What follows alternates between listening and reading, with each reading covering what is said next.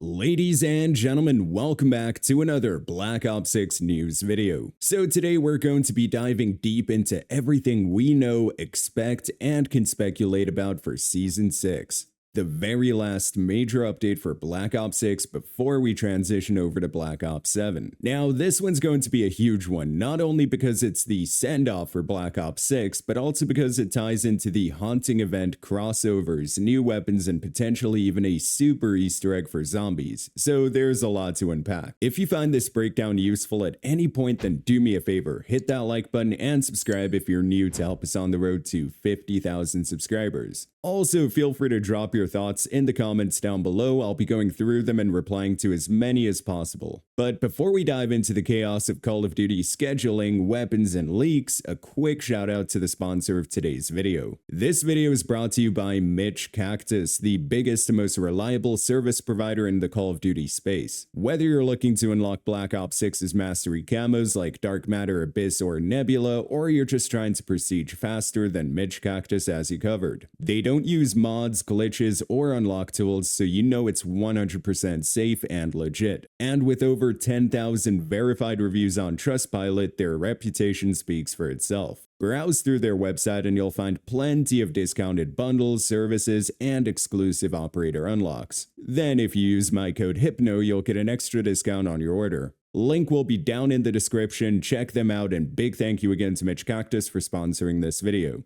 So the first thing I want to clear up is the release date for Season 6. Right now, all signs are pointing to October 9th. That's when the Battle Pass timer expires, it's also when current event countdowns end, and it lines up perfectly with Call of Duty's marketing cadence. Now, the reason I'm covering this today is because the next week is going to be one of the busiest weeks for Call of Duty that it's seen in years. So here's how the rollout's looking so far. Yesterday, we had the Black Ops 7 multiplayer reveal, which also came with a blog post with more detailed info. Tomorrow, we're getting the official Zombies reveal trailer for Black Ops 7. Treyarch is expected to drop another massive blog alongside it, similar to how they've done in the past. Then Thursday or Friday of this week, very likely that we'll see the Haunting trailers, teasers, and the roadmap for Black Ops 6's Season 6 update. Why then? Because the following week is October 2nd, and that's when the Black Ops 7 beta kicks off. It wouldn't make any sense for Activision to drop the Haunting news during the beta hype. Everyone's going to be focused on playing Black Ops 7 multiplayer beta, so not really looking into Black Ops 6. So the only window that makes sense is before the beta begins, possibly even before COD Next. That way, Season 6 gets its own spotlight before the attention shifts over to Black Ops 7. Now, let's talk about the theme of this final season, because if you missed it, Treyarch recently posted the Season 5 outro cinematic, which effectively closed the book on Black Ops 6's storyline. In that cutscene, we fast forward all the way to the year 2035, where we see a memorial for Savati in Japan. Treyarch confirms right there that the storyline continues to Black Ops 7. That means Season 6's theme won't expand the Black Ops 6 narrative any further. So what does that leave us with? Two things. First of all, the Haunting event, which is already confirmed as the major theme, and second, a potential Black Ops 7 teaser or teasers, woven in to help bridge the transition between games. Don't expect a story-driven season like past ones. Instead, think of Season 6 as a celebration of Halloween in Call of Duty with a sprinkle of Black Ops 7 hype to send us off. Now on to one of the most exciting parts of any update, the operators and crossovers. We already know 5 new operators are lined up and they're all codenamed. So we have Gummy,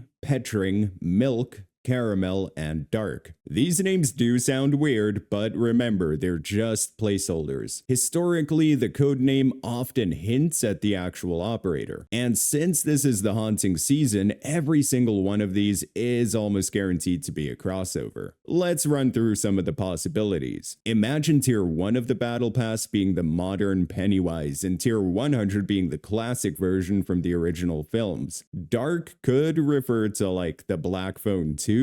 The timing lines up. The sequel drops around the same time as Season 6. A crossover here would make perfect sense. Another possibility I've heard of is Frankenstein. There's a new Frankenstein movie releasing in October, which is a limited release, and then in November for a worldwide release, similar to how we got a Smile crossover back in Modern Warfare 3 during its haunting. Frankenstein could easily take one of these slots. There's also Ghostface. Now, this one has been teased so much it almost feels inevitable. Fans are constantly asking for him to return, and the codename Gummy could very well be tied to him. Remember, operators like Snoop Dogg have returned multiple times across Call of Duty titles, so Ghostface coming back wouldn't be unusual. Now, last year in Modern Warfare 3, we had a total of 5 crossovers, I believe, and Modern Warfare 2 also had 5. Some were store bundles, some were tied to movies, and one was always Battle Pass exclusive. Expect the exact same here, one in the pass, 1 or 2 tied to film promotions, and the rest available in the store. The big twist? This time leaks haven't revealed exactly which crossovers are locked in. That means when Treyarch drops the trailers and blogs, it'll actually be a genuine surprise. Now on to something a bit more controversial: Carry Forward. Normally, Carry Forward is not allowed, meaning none of the content from Black Ops 6 carries into Black Ops 7, but Season 6 might be the exception. Why? Because it would be a shame to add huge crossovers like Pennywise or Ghostface and then lock them in forever in Black Ops 6, especially since this is the final season. If Treyarch allows Carry Forward just for these haunting operators, players would still go to flex them in Black Ops 7, at least without the whole system breaking. Personally, I think most of the community would be okay with that as long as it's just these final operators. So no turtles running around in Black Ops 7. What do you think though? Should Treyarch make an exception here or stick to the no Carry Forward rule? Let me know in the comments below. Ooh, and next up is pretty spicy, especially as a zombies weapon tester myself. There are new weapons coming out. Here's the list of what's still left in the files. There's the T10 AR P54 Aspen, potentially the APS underwater rifle, Milan, which is likely the Uzi carbine, Mug 40, obviously the MP40, Brass Knuckles, spotted with Adler in Season 4 but never released, Chainsaw, which is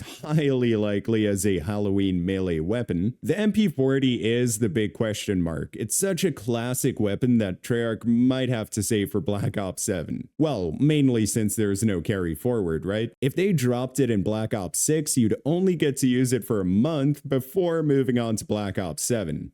So don't be surprised if it's held back for Season 1 or 2 of Black Ops 7. The chainsaw, though, feels almost guaranteed. We've never had a standalone chainsaw melee weapon, only attachments or blueprints like the Doom bundle. Dropping it during the Halloween event, though, would be perfect timing. And then there's the Wand, not a weapon, but a new Zombies Field upgrade. It has 5 different modes: Ball, Burst, AoE, Bomb, and Beam. So Ball kinda reminds me of Energy Mine, Burst very much reminds me of Frost Blast, AoE is like Ring of Fire, Bomb being Shatter Blast, and Beam being Ether Flare. Basically, it's like a multi-form field upgrade, and it'll be exclusive to zombies, obviously. On the multiplayer side, we can expect plenty of spooky map reskins. Nuketown is the obvious candidate. Almost every Nuketown event gets a Nuketown makeover. But we could also see reskins for maps like Derelict